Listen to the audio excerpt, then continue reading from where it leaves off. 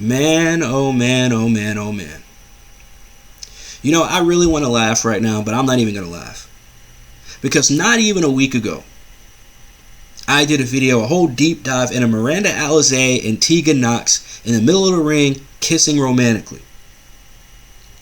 Went off on AEW about it, went off on it. I'm not even going to do all that. I'm not even going to do all that. It don't even matter anymore. I'm so disappointed in these two bitches, it's not even funny. So, you mean to tell me that not only did you get fired from WWE, complain about it, you know, it did a whole interview, went on your little press run or your little rollout about it, like everybody else does when they get released from a big company, which is fine. Go ahead, get your money, do all that stuff, get your bag, whatever. But then you get another opportunity from arguably the second biggest company in America. The only reason why I say arguably is because, you know, TNA is there still. But in terms of employment, AEW is much larger than TNA. And they've got more money, obviously. You get a chance. You're not under AEW contract. I can't speak for this Miranda Alizé chick because I barely know who this chick is. But the Tegan Nox, someone who I've done multiple videos about, someone who I've actually watched wrestle, let me tell you something. You had the chance to make yourself, some way, somehow, all you need is one match. It takes one match, one moment, one feud, one promo.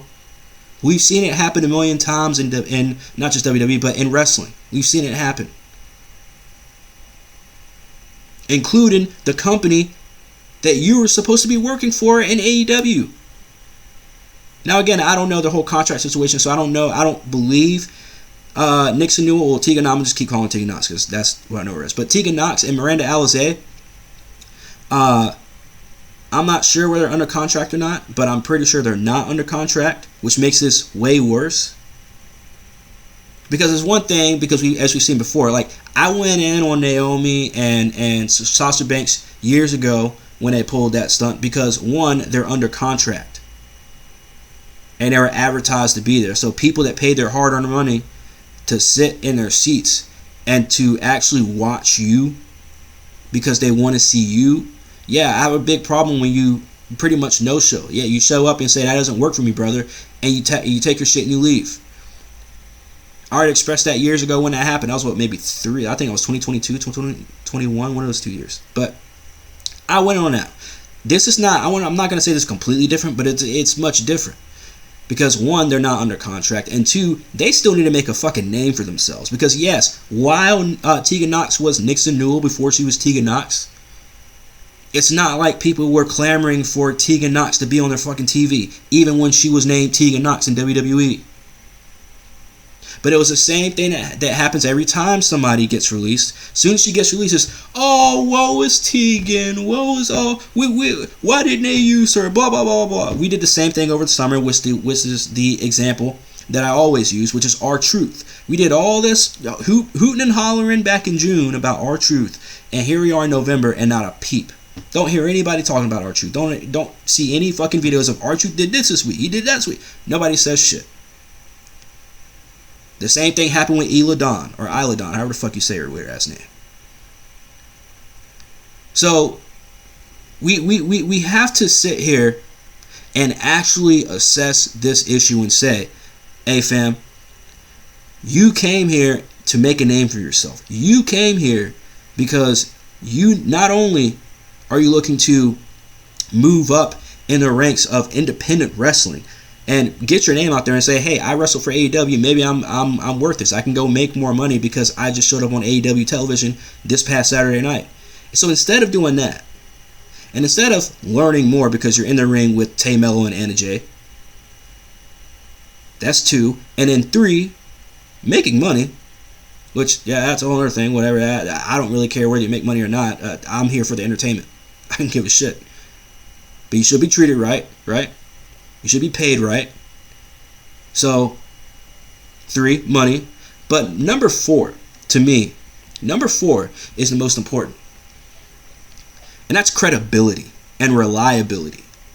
Because they may not have been advertised for a tag team match on Collision. I assume they weren't because it's fucking Collision and it's wrestling on a Saturday night. And they're not signed under contract, so I assume they weren't even advertised for this match. So nobody really knew that they were supposed to be in it. Like, there was supposed to be a tag team match between these 4 women. But the fact that you showed up and you said that doesn't work for you.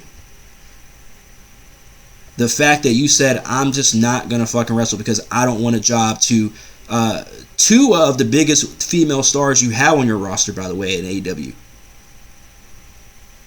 This makes zero sense. Now, we don't have the complete details, so I'm not going to go into all that, but it's very ironic that Tegan Nox, everything you hear about Tegan Nox ever since she got released from WWE is that she's just acting weird as fuck. She's making horrible decisions, and she has an OnlyFans, by the way. I mean, can we really at the end of the day trust her with anything, with any kind of opinion, anything that she said to defend herself for this dumbass, an idiotic choice that she and Miranda Alizé just made?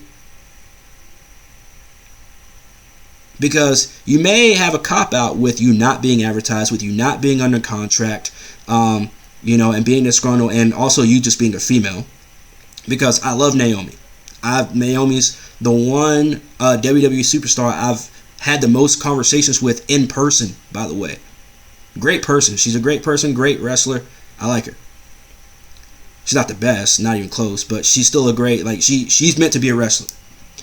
I will say that. But if I'm Triple H, I would have never brought her back after what she and Sasha Banks pulled. I'm going to just keep it 100. I wouldn't have. And she's had 2 really good runs since he brought her back. And I've supported both of them. But if I'm Triple H, if I'm the one that has to say so, I'm not bringing your ass back. You burned that bridge, fam. How many bridges has Tegan Nox burned? And how many more bridges will she burn if she thinks that this is cool? Like, how do you not learn from other people? How are you Tegan Nox and you're in that environment in WWE and in NXT for those years? And they bring you back and you're still there for what? She maybe lasted, a year or so when Triple H brought her back? I think they brought her back around the same time they brought back AOP, and I think they lasted around the same a little bit. I think she lasted a little bit longer than they did. But, and I feel like, I'm going to be honest, man, I know this is maybe a little bit off topic, but to go back to Authors of Pain, I feel like there should have been more outcry to keep them than the outcry to keep fucking Tegan Nox. 100%. But I don't know, man. Look, I don't like this whole, I don't like the way I'm booked and blah, because there's some people whose dream it is just to have a match on a level, on a platform like AEW. And then you show up and you do this shit when you need a job. You ain't even got the job, fam. You ain't got the job. You need the job. Tegan? Miranda? You needed this. And you fucked it up. Oh, because that's right, it's not your first love. Oh, that's right, because you have something to fall back on. It's this thing called Only and Fans. Anyways, man, let me know what you guys think. Hit that like, that subscribe, all that good stuff. Hit me in the comments. It's your boy Corn, and I am OUT.